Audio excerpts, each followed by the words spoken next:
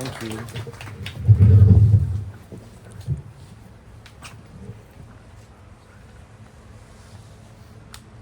Today, I come to you again on behalf of the critically endangered southern resident killer whales of the Salish Sea, echoing the voices of more than 800,000 people who have signed the petition to breach the lower four Snake River dams, and as a spokesperson of the generation which will inherit the problems stemming from the decisions and policies that are being made today. Distinguished guests, esteemed colleagues, and fellow champions of marine conservation, it is a privilege to stand before you today with a shared vision of hope and determination. As we gather in unity to address the urgent call to protect the species on the brink of extinction, I am compelled by a sense of duty and reverence for the magnificent creatures that grace our oceans. With each wave that washes ashore, we are reminded of the interconnectedness of all life forms, driving us to take action and stand as stewards of the sea. It is in this spirit of collaboration and unwavering dedication that we embark on a journey towards a sustainable future, where the echo of our efforts will resonate for generations to come. Together, let us ignite a flame of compassion and commitment to safeguard the wonders of our precious garden of a planet. Now, let us begin. The Rural Electric Co-op's campaign to do Bonneville Power Administration's dirty work is a glaring example of greed masquerading as concern for the community.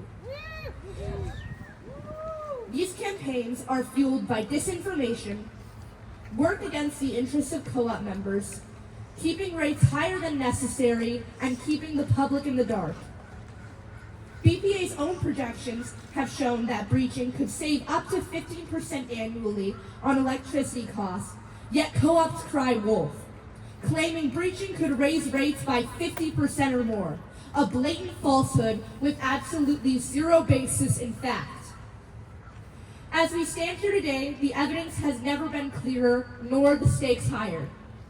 The science is established, the economic benefits confirmed, yet misinformation and greed continue to obstruct the path to recovery. This is not just about whales or salmon. This is about the kind of world we choose to leave behind. To the co-op executives and those in positions of influence, hear this. The time for unethical practices and short-sighted decisions is over. We are in the 11th hour, and the future we are fighting for is not just for the southern resident killer whales or the Chinook salmon, but for all of us, for our children, and for the generations to come. We are the generation who are being called upon to wage your wars and sacrifice our lives for this country. We are keenly aware that we are the ones who will ultimately inherit the enormous responsibility of keeping our borders secure, our democracy intact, and way of life preserved, while simultaneously preserving our natural resources. Because we know our natural resources are and always will be the foundation and life's blood of our prosperity. Pushing back on stereotypes that we only seek instant gratification, I will say that our generation also understands and recognizes that change often comes incrementally. But the southern resident killer whales, along with the rest of our ecosystem, cannot wait 10 more years. For committees and special work groups to present yet more recommendations they refuse to fund. We can no longer wait for the gears of bureaucracy. The urgency of the matter at hand requires action now. In 2037, I will be old enough to have just accepted my inauguration as the youngest U.S. female senator.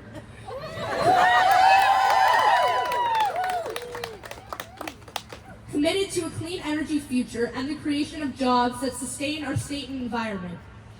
But the reality of the matter is that the southern residents do not have 13 years to wait. But let's not wait. The vision for a future where our ecosystems thrive, where our children inherit a world richer and more vibrant than we found it, is within our grasp. Today, we are the voices of the voiceless. Mr. Governor, you poignantly stated in your inaugural speech, it is time to remember who we are as a state and who we want to be as a people.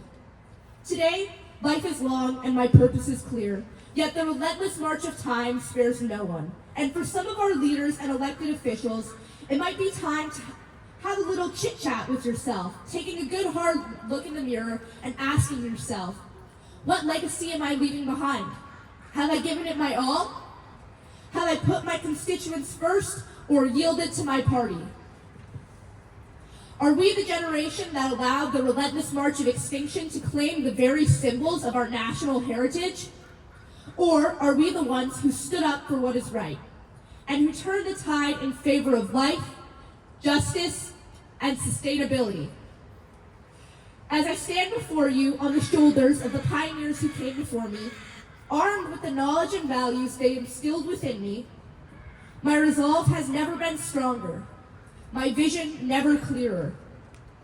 Together, we will break the cycle of inaction and lead the way to a future where the southern resident killer whales, the Chinook salmon, and all life in the Columbia Basin and the Salish Sea flourish. The time for action is now.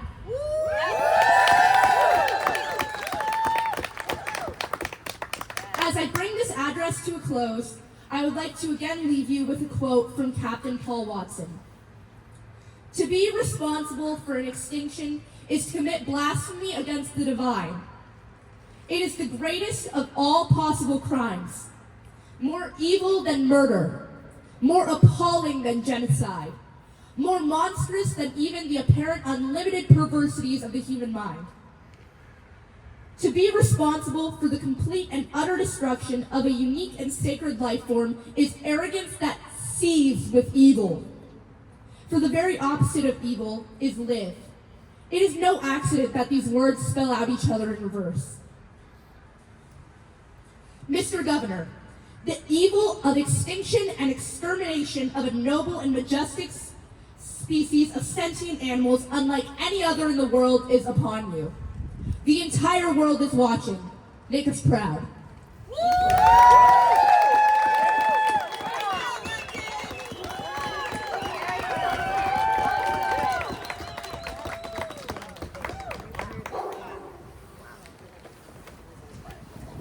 Thank you, London. Woo!